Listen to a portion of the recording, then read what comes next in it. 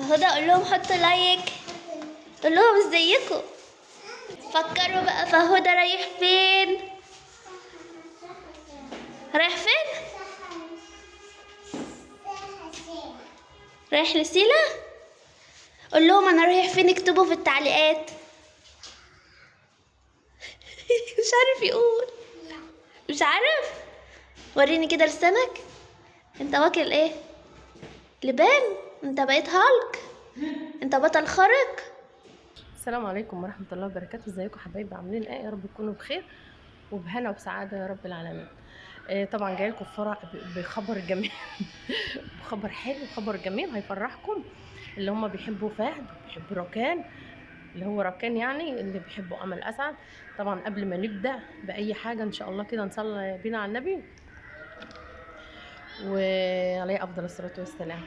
واللي ما اشتركش عند جمهوريه ركان يشترك، واللي ما اشتركش عند امل اسعد يشترك.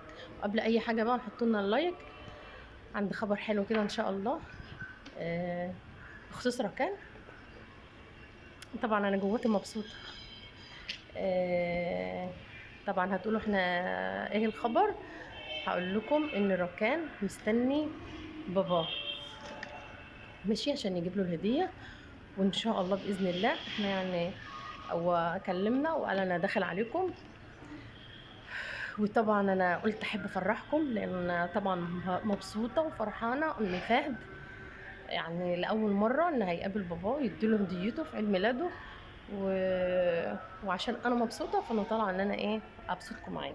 مش كل حاجه بقى وحشه انا بطلع اقولها، لا انا بقول الحلوه والوحشه. ونفسي ربنا كده يهدي الحال يا رب ويهدي الامور، وان شاء الله اللي جاي يبقى احسن للركان مش لاي حد تاني. وانا طبعا بعمل كل ده عشان خاطر ركان ومش عشان حد تاني. ان كان في تنازل عشان خاطر رقم برضه مش عشان حد تاني. ونفسي كده يبقى زي اي طفل، ما يكونش متعقد، ما يكونش عنده مشاكل، ما يكونش. طبعا انا قعدت مع احمد قلت له احمد اهم حاجه احنا نفكر فيها ان هو ركان. ف طبعا انا نفسي يكون عند حسن ظني ان شاء الله باذن الله. طبعا قبل كده احمد كذا مره يطلب ان انا عايزه اتصور مع ابني. وطبعا طلعته وقلت لا، ده ماما سلوى مش راضيه، ده ماما سلوى ما اعرفش ايه، ده ماما ايه، ده ماما ايه. طبعا انا مش حكايه مش راضيه، انا بقيت اقول له يعني خلينا مع بعض عشان ما تحسسناش حتى ان الموضوع موضوع علشان مشاهدات وعشان شو وعشان. وطلعت اكتر من فيديو وقلت يا جماعه انا موافقه يصور مع ابنه، انا مش ممانعه والله. هتقولوا المنع من مين بقى؟ لا مش من حد، احمد طلب وانا بقول انا موافقه. تمام. فان شاء الله باذن الله ان شاء الله يا رب يهدي الحال ان شاء الله باذن الله كده. واحمد هيشرفنا وطبعا يكرم عشان خاطر ابنه، لان ابنه ده برضه لحمنا وقعد في وسطنا وبننام على مخده واحده، فيكرم اي حد من طرف ركان فيكرم علشانه. طبعا مش كلام ان هو كلام علشان عشان لا، انا ما بقولش حاجه وانتوا عارفين غير اما يكون انا عايزه اقولها حتى لو كل هيهاجمني. فانا في الاول وفي الاخر اهم حاجه مصلحه ركان. وطبعا انا لان انتوا المتابعين انتوا اللي يعني انتوا تعتبر اصحاب القناه، فلازم نسمع كلامكم في الخير مش في الشر. يعني انتوا طلبتوا حاجه، مش انتوا عايزين تفرحوا من ان انتوا تشوفوا ركان مع بابا، فهي حاجه للخير يعني مش شر. فطبعا والله انا من المنعه، وان شاء الله باذن الله هتبقى يعني خطوه بخطوه. من اول ما احمد ينزل الله اعلم جاي بعربيه جاي بتوك توك جاي مواصلات الله اعلم. المهم هو دخل الشارع احنا قاعدين في الشارع مستنيين. ف انا يعني بحب كده ان فهد يبقى قاعد كل مره كده بيبقى قاعد، واول ما اشوفه اقول له روح لبابا فايه فبيروح له، فبتبقى يعني حلو احسن ما احمد هو اللي يطلع ويخبط ويقابله فوق كده يعني. فطبعا احنا قاعدين في الشارع مستنيينه واحمد قال انا داخل عليكم. فان شاء الله استنظروا كده باذن الله بقيه الفيديو، دي المقدمه. استنظروا ان شاء الله كده بقيه الفيديو، ورب كده رب يهدي الحال ويفرح ركان يا رب باذن الله. ويهدي الحق، مش عايزه اكتر من كده والله. حبايبي رجعت لكم عشان نكمل الفيديو اللي فات. طبعا انتم مستنيين تكمله الفيديو وكده يعني زي ما قلت لكم في الجزء الاولاني. وكنتوا مستنظرين طبعا رد فعل احمد مع ركان كده يعني. فطبعا كانت مقابله حلوه وقابلناهم طبعا يا جماعه. جاب امه جات وابوه جه وبنت اخته وبنته، فطبعا استقبلناهم احسن استقبال طبعا كالعاده، عشان خاطر عيون فهوده يكرمهم. وطبعا اي حد من طرف فهد على دماغي من فوق. اما اتكلم الاول في فيديو امبارح يا جماعه اللي زعلان وبيقول ما تقلبيش، طبعا انا مش بقلب ولا انا طالعه ان مثلا يعني ان في حاجه، او انا مثلا انا كلمت فعلا احمد في التليفون وقلت له بدل المره كذا مره. فطبعا انا طالعه ان انا عندي وجهه نظر، ولا طالعه ان انا اتكلم ولا اشتم ولا اعمل. بعدين انا لو انا وحشه او مش عايزه خير مش هاخد اكلم بنتي انزلي بابنك، لان انا عندي ظروف في المنصوره ما كانش ينفع ان انا امشي وكده يعني. فطبعا من يعني مثلا ان هو جايب الهديه، فاحنا عايزين بقى يدي الهديه لابنه. فطبعا انا لو وحشه او انا في دماغي حاجه او كده هقول براحتي خالص، اما امشي براحتي خالص وابقى اكلمه براحتي خالص. لكن انا طبعا عشان ما اقعدش ابعد المسافه وقلنا وقالوا وكلمتين من هنا على كلمتين من هنا. فانا قمت قطع الكلام، لا هاتي يا امل ابنك وانزلي عشان فهد يقابل باباه. انا لو ده اقل حاجه يعني، لو انا وحشه ما هقول كده. تمام يا جماعه. فده اللي حصل. بالنسبه بقى يعني عايزه افهمكم ان انا عايزه الدنيا تمشي والله. بالنسبه بقى ان انا بقول ما ينفعش نقول امل كذا كذا او هي الوحيده هناك او كده. وانتوا قلتوا ان امل منزله وهي مع ابنها. طب ما هي منزله يعني مصوره انا الفيديو ده ازيكم يا قديم. جماعه عاملين ايه؟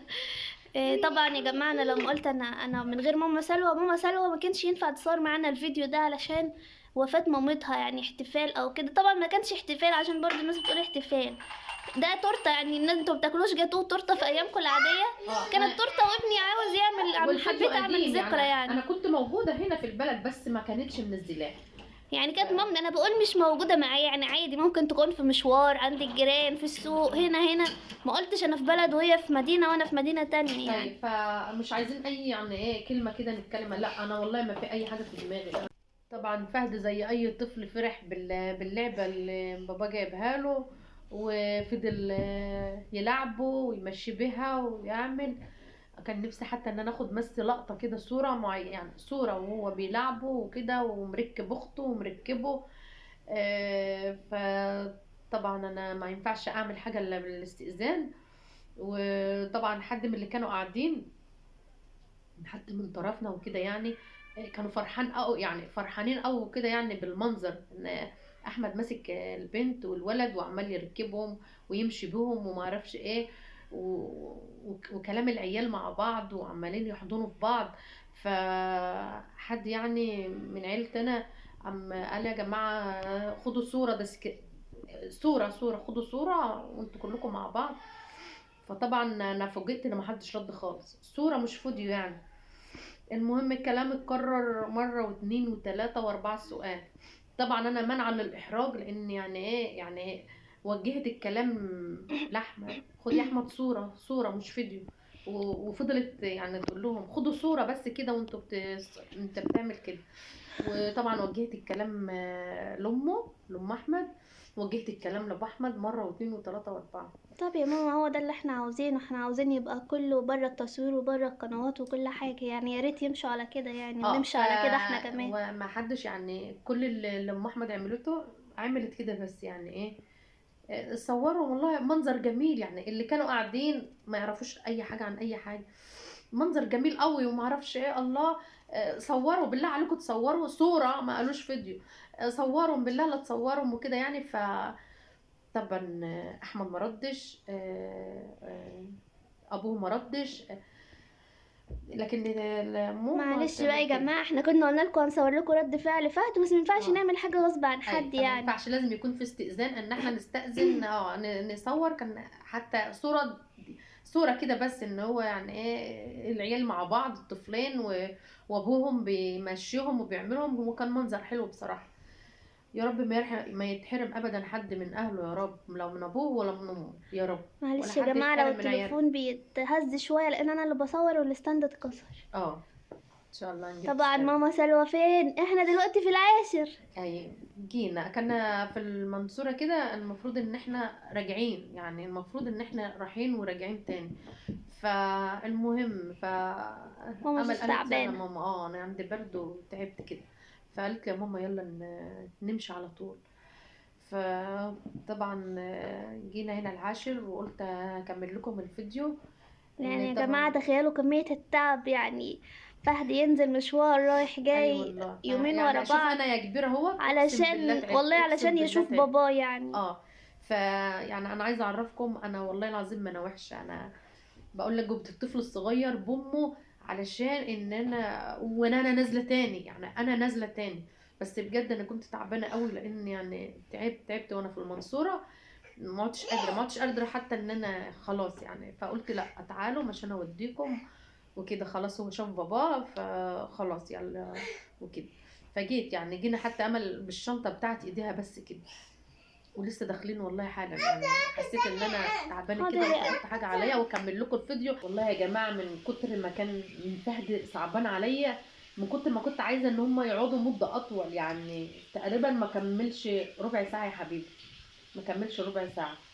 اقعد يا احمد معاه شويه يقول لي بعدين هجيله بعدين، طب بقعد شويه معاه، طب بعدين والله اصل ورايا ما اعرفش إيه. فيعني القعده ما طولتش. مش هقول لكم انا كان نفسي ان فهد يعني ايه يقعد معاه اكتر من كده.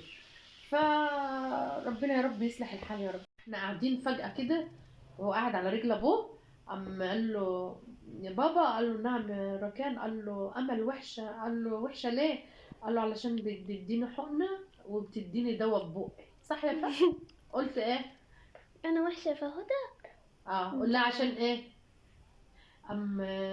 ابوه قال له ما هو علشان انت تروق يا فهد، عشان انت تروق يا ركان، عشان انت تروق. طبعا يا جماعة فهد هو ركان والمصحف. فهد هو ركان، بس يعني فهد خفيفه كده على لسان. المهم شو بتبص على ماما سلمى. المهم يا جماعه انا حبيت ان انا اكمل لكم الفيديو، بس يعني ايه زي ما حكيت لكم كده. المهم يعني يا رب كده ان شاء الله ما يكونش فيه اي حاجه وحشه، محدش يقول انا عييت انا عييت. يعني تخيلوا بقى بطفل صغير رايح جاي، بس انا بقى ايه يعني فهد يعني مغلفاه لانه هو تعبان، مفيش حاجه باينه منه. يعني انا حتى جايبه له حاجات كده امل هتصورها لكم، مفيش حاجه تبان منه غير بقه بس، وهو ماشي بقه ومناخيره بس. من شراب واتنين بنطلونين ما اقولكوش، فعشان هو طبعا عنده ظروف. لكن انا اشوفه بقى يعني ما اقول عايزه اقول لكم الفرق ان يعني طفل يعني جبته من اخر الدنيا عشان يشوف ابوه عشان نخلص من حوار. انا والله العظيم جبتهم تاني وورانا مصالح، بس عشان انا تعبت. حبيت بس اكمل لكم الفيديو، وان شاء الله ما يكونش حد زعلان مني، لان انا فعلا عايزه مصلحه فهد وعايزه مصلحه بنتي مش اكتر. مش انا ان انا بطلب من حد ان هو يمن عليا، او انا بطلب من حد يمن على فهد. انا بطلب حقوق، مش بطلب حاجه تانية. ما بطلعش ان انا اتكلم مع حد واشكل حد واعمل حد ما يخصنيش، لا. انا بكلم حد معين لحقنا بس مش اكتر. وتهيألي اي حد بيحب ياخد حقه كده، يعني ايه اللي كل حد عنده مشكلة بياخدها، يعني ما تحللوش لنفسكم وتحرموها على حد تاني. انا لا بعيب في حد ولا بشتم حد ولا باجي على حد، انا بطلع اتكلم في حق بنتي وحق ابنها بس مش طبعا يا اكتر. جماعة اللي بيقول لي اشمعنى مامتك اللي بتتدخل، عاوزة اقول لكم ان مامتي هي اللي بتتواصل معاه مع ابو ركان، لان انا ما ينفعش اتواصل معاه ولا عارفة ان في حاجة ولا عارفة بينهم ايه او بيتكلموا في ايه، مش هينفع. فهي بتتكلم لان الموضوع خاص بيها هي وهو بس وخلاص، بس. هو حد ما فهي عندكش حد غريب قصدها يعني يعني يتدخل. قصدها تصوير زي كلام، مع انت بتعمل محتوى كلام، هو نفس التصوير. طيب بدلها مش حتى الصورة نفسها الدسكرية اسمها ايه امل؟ تذكارية. تذكارية. يعني ما قابلتش بها او ما قابلتش بها، فاسم رقم بقى معاك هي يعني هي تقصد ان هياها فيديو، هياها فيديو يعني. زي صورة يعني زي عايزة كلام يعني. اتكلم بس. نقفل عاوزة اقول لكم ان انا عندي مفاجأة، جميلة. يعني بصوا هتفرحوا كلكم بيها. والله بجد انا فرحانه وكلنا ان شاء الله فرحانين. باذن الله. وفي حاجه كمان حصلت وانا في البلد، ان شاء الله اطلع لكم برضو بيها بكره ايوه ان شاء ان الله شاء باذن الله. الله ان شاء الله. بعرفكم برضو برضه كل اخواتنا حاجه. وحبايبنا، وانا مش عايزه حد يزعل مني. اللي يزعل مني ده اكيد يا جماعه اللي ايه، يعني انا ما بعملش حاجه غلط، ما بطلعش لا سمح الله ان انا اتكلم على حد. فانا عايزه يعني اي حد يحط نفسه مكاني. ان يعني بنتي ملهاش الا ربنا، وانا انا كنت بس حابه ان انا اقول على المقابله واقول على فيديو امبارح، لان حسيت طبعا انتوا رايكم يهمني، وانتوا رايكم على دماغي، لان انا عايزه افهمكم بس والله اللي حصل. احنا مش ممانعين اي حاجه والله يا جماعه، وما يهمناش غير ان الاب وابنه يكونوا كويسين مع بعض بس فانا عايزه ابين النقطه. اللي يرفض ياخد صوره تذكاريه، صوره مع انها كانت فرحه جميله. كان نفسي ان انا اقوم حاطه لكم صوره على المنتدى بتاع ركان بهديته. فطبعا ما حصلش نصيب، وكل واحد ودماغه، وكل واحد يعني طبعا ما يا نعرفش جماعه دماغه عاوزه اقول لكم برضو انتوا ما تنسوش الفضل اللي احنا بنعمله. طبعا ابو ركان رافع رؤيه، احنا من حقنا، طبعا ماما ذكرت برضو الكلمة دي في الفيديو، من حقنا ان احنا يعني خلاص انت رافع رؤية، يبقى فهد يبقى معاك في الرؤية، لكن احنا يعني احنا مش عاوزين نفسية الولد تتأثر، فاحنا مخلينها ودي ورؤية، مع هي انه ودي خلاص هو ورؤية. ابو ركان رفع رؤية، يعني خلاص هو اختار الرؤية. فاحنا يعني كرم مننا وعلشان فهد عشان فهد وعلشان والله. علشان ما عادي. يكونش في مشاكل. طول ما النفوس راضيه، رؤيه ودي، المهم تبقى النفوس راضيه. وطبعا انا قلت له طول ما النفوس راضيه وانت مقدم السبت هتشوف انا هعمل ايه. فطبعا انا مش هقول لكم ان انا زعلت بيني وبين نفسي امبارح، لان انا كان نفسي حتى ان ياخد صوره مع ابنه ومع بنته. ما تقوليش بقى ايه انا سنه جايه اشوف ابني مش جايه اتصور. عادي، ما هو انت برضو بتنزل تقول ابني ورحت لابني وجيت لابني، يعني ابنك بيتذكر، فما جاتش في صوره. ولا ايه يا جماعه؟ انا حاسه ان انا غلط وانتوا كلكم صح، او لا، في ناس طبعا بتتقي الله وبتقول كلمه الحق. الله العظيم انا حد بعت لي على الواتس النهارده واحده، والله يا ماما هو مش ده اللي عارفه احنا اسمها ايه، عاوزينه، يعني وقناته لا صورة كبيره بقى ولا ذكر، ما شاء خلاص الله، لقيتها اللي بينه بتتكلم. وبين ابنه يبقى في الخاص بقى وخلاص، عشان دول اه، منع عن المشاكل يعني. فمنع للمشاكل بقى، وما عدناش عايزين قلنا وقالوا ما اعرفش ايه. خلاص بقى خلي يعني زي منع الصور تمنع اسم فهد خالص يجي عندك. ما هو ما ينفعش بقى، انت بتقول انا عايزه ابني مش عايزه اتصور. طيب خلاص، انا عن نفسي يا جماعه مش ممنعه، فعشان ما حدش يقول ان انت منعه وما كنت منعه ما اعرفش ايه. طبعا حد كان يعز عليا من قنوات النقد قال لي ام امل ريت توافقي ان الولد يتصور مع ابوه. انا طالعه يا حبيبتي قلت لك اهوت، انا طلبت، مش انا اللي طلبتها، اللي قاعدين طلبوها. لما لقوا المنظر كده تحس كده ان قلبك وجعك كده والولا وبيركب وبيعمل وبيشتال وبيحط، والعيال بتحضن بعض الصغيره.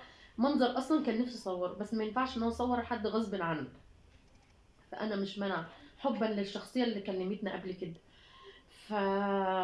فطبعا حبيت اوجه كلام. طبعا مش مهم صورة تذكارية، مش مهم قعدنا نجيب اسمه خلاص. كان بالود اتكلم براحتك واطمن على الولا ومفيش اي حاجة. مش بقى هنتكلم في التليفون نعمل فيديو ونعمل بس نقعد طول الليل عليه. الولا كلمني وقلت له هو في ايه. فانا حاسه كده ان في حاجه كده مش طبيعيه. فانا ايه عايزين يا يعني جماعة كلكم مش طبعا عايزين انتوا ندخل في كلكم مشاكل بتقولوا هو تاني. فرحان بابنه، طبعا الفرحة في القلب، يعني مش لازم المتابعين يعرفوا فرحته ايوه بابنه، يعني خلاص خلاص ماشي هي مش يعني. حاجة غريبة خلي يعني ابنه الموضوع وابوه. بقى بينك وبين ابنك. عايز تكلم ابنك ما قلنالكش حاجه، يعني انت كلمته ما قلنالكش حاجه، بديهولك انا. اما انت بترن انا بقوم فاتحه التليفون، خد يا فهد كلم بابا، يعني مش بمنعه. ف